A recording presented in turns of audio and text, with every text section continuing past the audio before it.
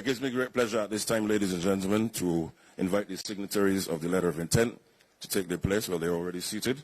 And I'd also like to invite both Prime Minister Motley and President von der Leyen to witness, and they'll be escorted to the signing.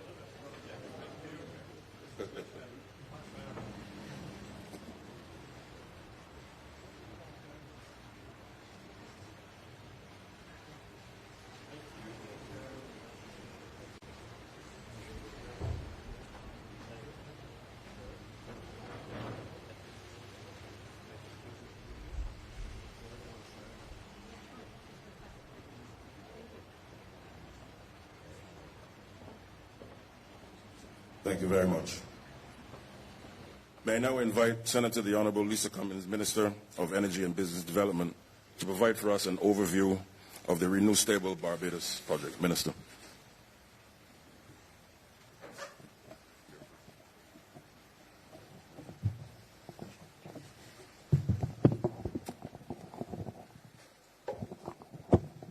Good morning, everyone. Prime Minister, Madam, okay, I think I'm getting it right here. Good morning, everyone. It is my privilege to be here this morning to share just a brief, for a few moments about the Renew Stable project. We have the principals here. I'm happy to have the CEO here with us from France and the other principals of the HDF project here in Barbados.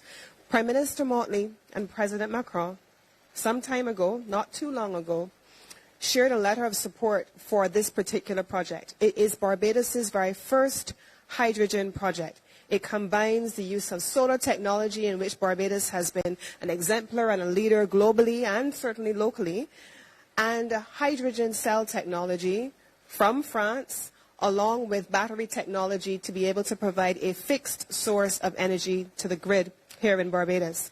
We're very pleased that not only have we been able to launch the project here today, but we have been able to conclude the majority of the negotiating processes with the off-taker.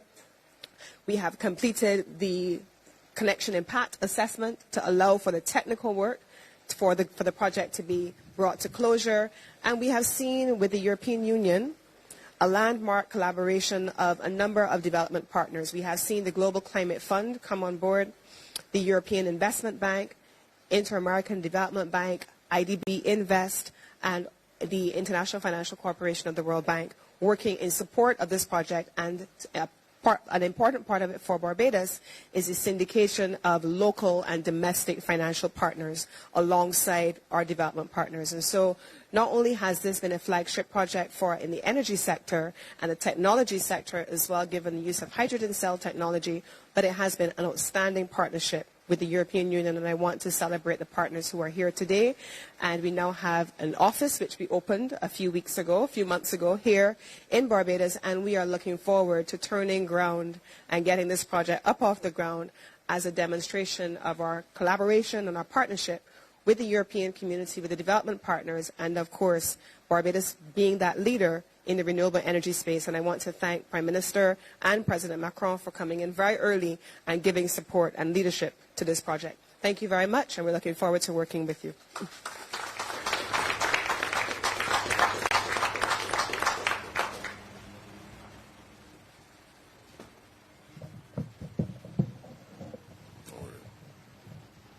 Thank you very much, Minister.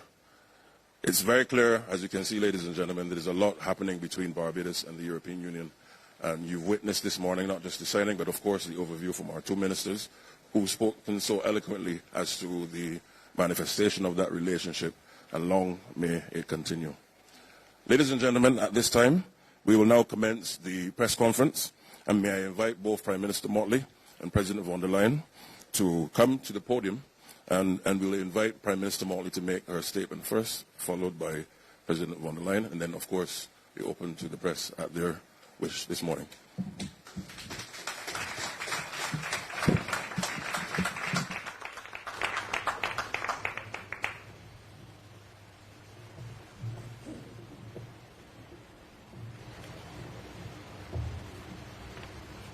Thank you very much, Minister Blackman, President von der Leyen, distinguished guests all, members of the media. This is a special day for our country and represents another step in the mature relationship between Barbados and the European Union. 49 years ago, I dare say I was merely 10 years old, when the relationship started.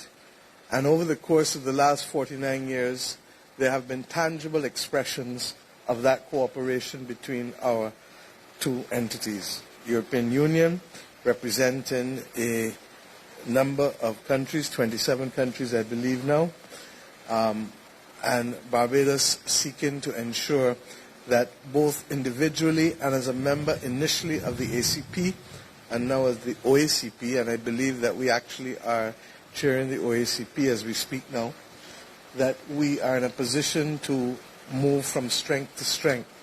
The world is facing very difficult challenges, as we are all aware. The climate is affecting all of us, even though we were the initial canaries in the mine, and we welcome the support and cooperation of the European Union in particular as we confront this existential crisis and seek to build greater resilience for our people as we go forward. The area of renewable energy is clearly one of the major offshoots of that response to the climate crisis, and therefore this morning the update that we received with respect to the issue of the investment in the production of hydrogen is an important one for our country. It also allows for a stability in the supply of power to the grid in a way that solar doesn't, and therefore the combination of the two becomes even more important to us. I think that we recognize that our conversations on renewable energy should not be limited to Barbados, and I hope in the course of the next 2 days, when you will have the opportunity not just to meet with myself, but to meet with all of the other heads of state and heads of government who are here for the CARICOM meeting, that we will be able to explore opportunities for even deeper and wider cooperation on the matter of renewable energy. As it relates to the medical and biomedical area and pharmaceuticals, this relationship did not just start. Indeed, in Sharm el-Sheikh, in Egypt, we had the opportunity with Dr. Tedros from the WHO, as well as with the head of the European Investment Bank, and with the president of Rwanda, and remotely with the president of Guyana, to lay the parameters for a partnership framework which has already produced benefits for us. It is due to the cooperation of the European Union that Barbados was able to launch its white book with respect to the regulatory framework for the pharmaceutical industry, and we thank you publicly for that. And we continue now to be able to move to the next stages with respect to legislative framework. as well as the establishment of the regulatory mechanisms that are critical for us to be able to attract companies here to do manufacturing of pharmaceuticals, as well as we are seeing through the signature of this agreement and with other partnerships, research in critical areas. You heard the Minister say that there has been very little research done in the pharmaceutical industry for conditions that is based on our genes as persons of African descent.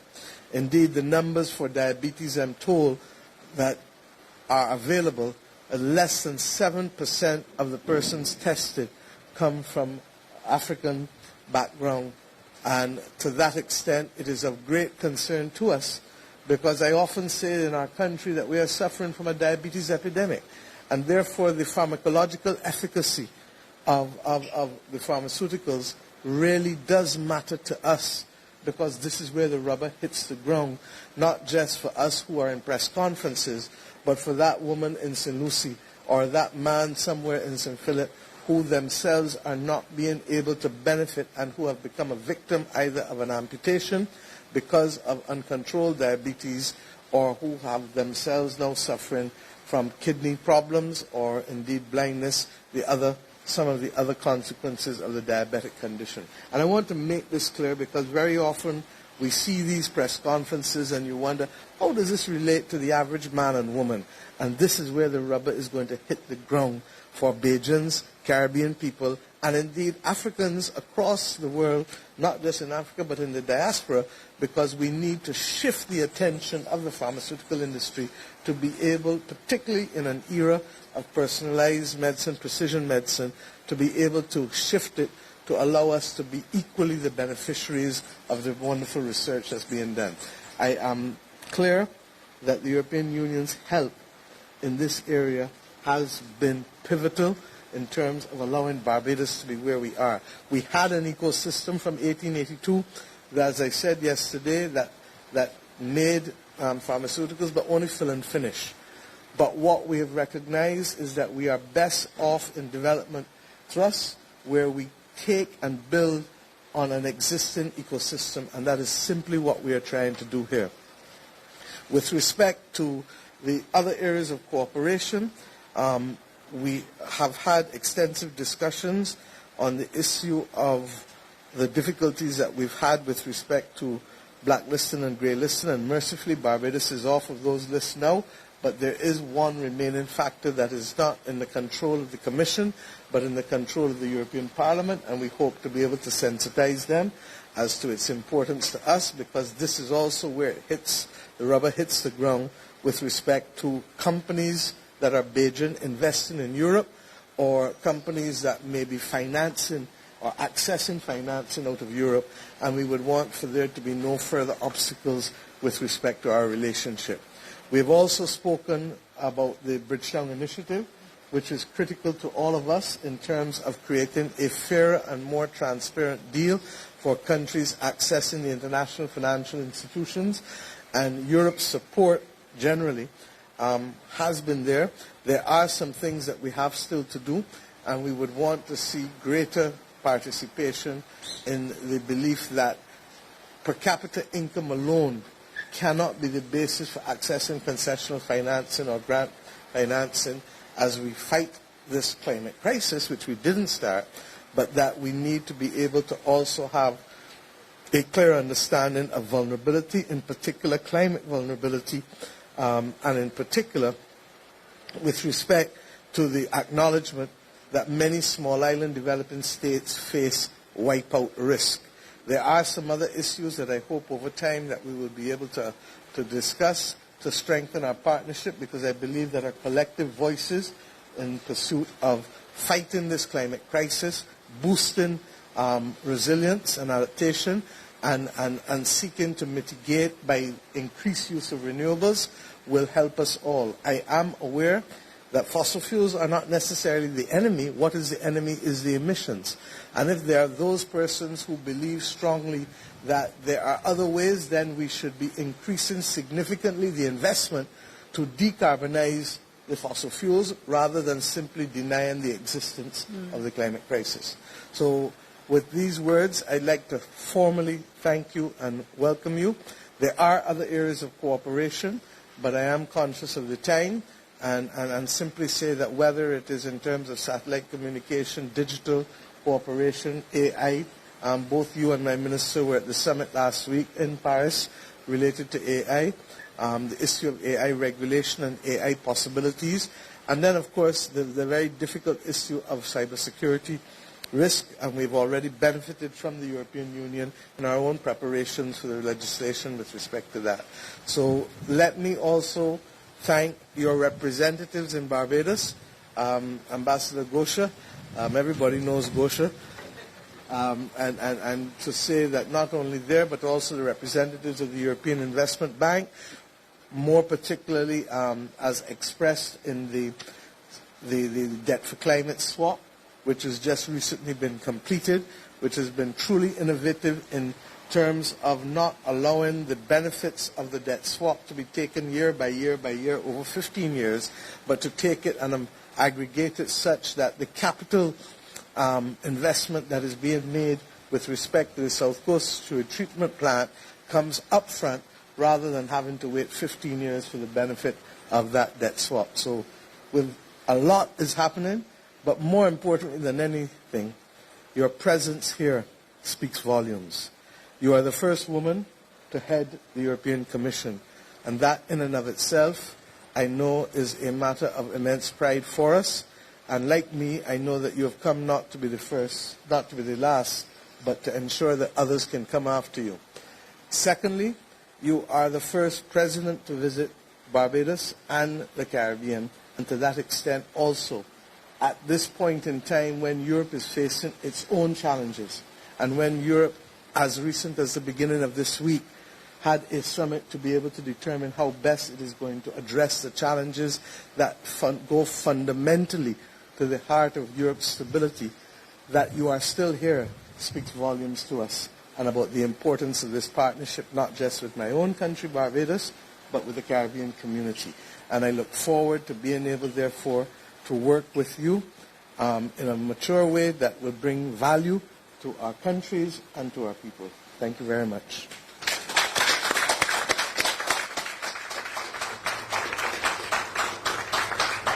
Thank you very much, Prime Minister, dear Mia. Thank you for hosting me here in Barbados. Indeed, it's the first time that I'm here. It's fantastic.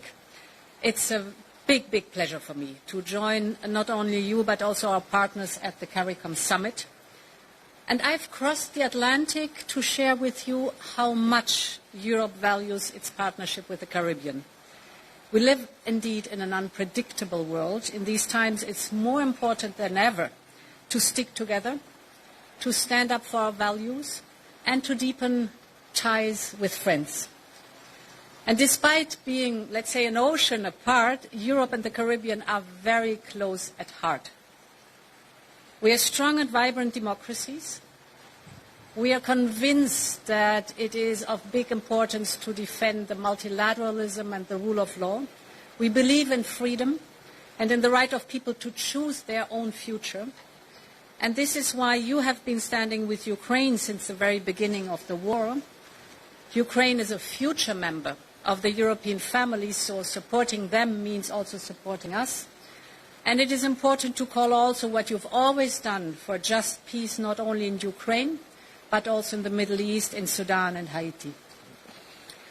While sharing our values, we also face some of the same challenges. When devastating hurricanes sweep through your islands, the Hurricane Beryl last July was mentioned several times, Europe wants to be by your side. We provide emergency support to those who've lost everything. We're rebuilding together. Actually, we're currently supporting Grenada to rebuild Carriacou and Petite Martinique with the goal of making the islands 100% powered by renewable energy. And we've just discussed how to strengthen our cooperation in resilience and preparedness. So to work closer together, to have a foresight when these natural disasters, often related to climate change, the extreme weather events hit. We know that the fight against climate change is truly existential. And in the face of hardship, The Caribbean are showing incredible leadership, especially you, my dear Mia. You've amplified the voice of small island nations on the global stage to the benefit of all humanity. This was key, for example, to launch the Loss and Damage Fund together at COP29. It amounts to almost 750 million in pledge, half of it covered by Europe and its member states, because climate finance is another very important challenge. Europe wants to be the leading provider. We contribute well beyond our fair share of the 100 billion annual target, but we know that given the scale of the transition and given the urgency, we need new and innovative financing tools in addition, like green bonds and carbon and nature credits, for example, what we are working on. And we need to bring the private sector fully on board with a smarter use of private and public funds. With your Bridgetown initiative, dear Mia, you are leading the way to making green and development financing fairer, more accessible, more affordable, so that the climate targets can be met. Another initiative you mentioned, it is renewable energy. At COP28, we agreed on global targets for renewable and energy efficiency. We want to triple renewable energy and double energy efficiency by 2030. And to implement these goals, we created the Global Energy Transition Forum, because only what gets measured get done, and we need really that the goals on paper are done on the ground and are materializing there and implemented. And this year, Barbados joined the Global Energy Transition Forum. I'm very, very glad about that. That's great. It will allow us to deliver concrete projects on the ground and unlock more investment for the transition, and I hope that many Caribbean nations will follow your example. This brings me to our bilateral work. The starting point for us is our investment program, Global Gateway. That's the investment program abroad for partners. It is already at work here in Barbados and across the Caribbean. And together with Hydrogène de France, we've just signed the first green hydrogen storage project in Barbados.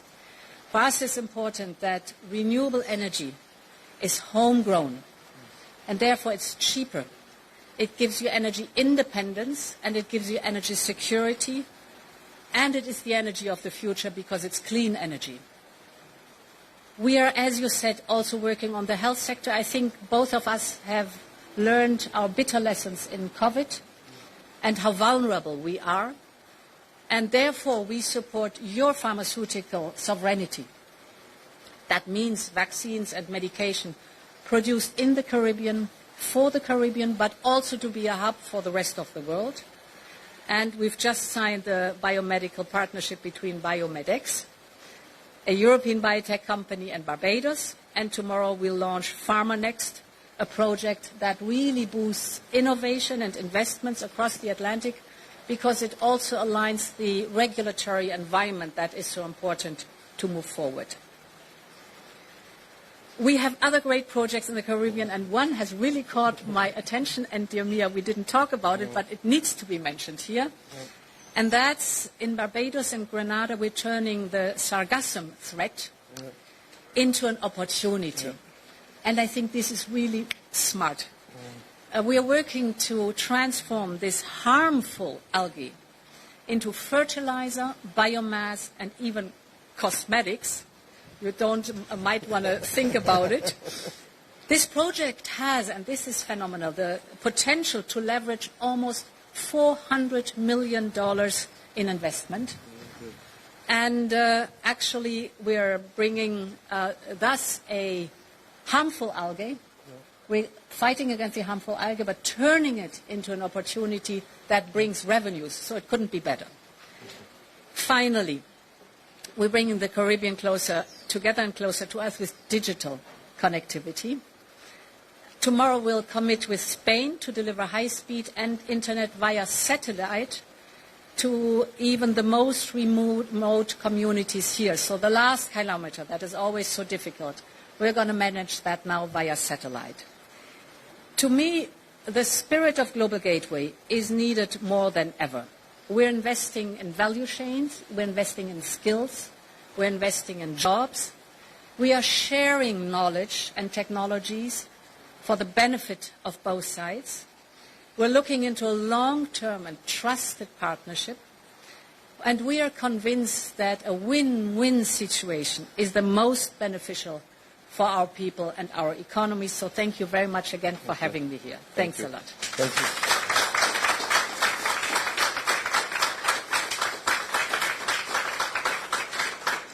Thank you, dear Ursula. And may I say, I've said to Ursula that Barbados is hosting CARIFesta in August. Yeah. And that while this is her first visit in terms of work, that I trust and pray that she will come with her family to enjoy the best of the Caribbean, from the north to the south, the east to the west, in food and fashion, in dance, music, art, in talk, which we do a lot of in the Caribbean, and in all other forms of cultural expression. So I hope you take that back to Germany with you and to your family there, and of course to Brussels, to the wider European family. Thank you, and God bless. Thank you. Thank you. Thank you. Thank you. Thank you, my dear. Thank you. Thank you so much. I think we go now to the living room to take some photographs. There were no questions? You didn't want any questions? You're the boss. No. Nothing?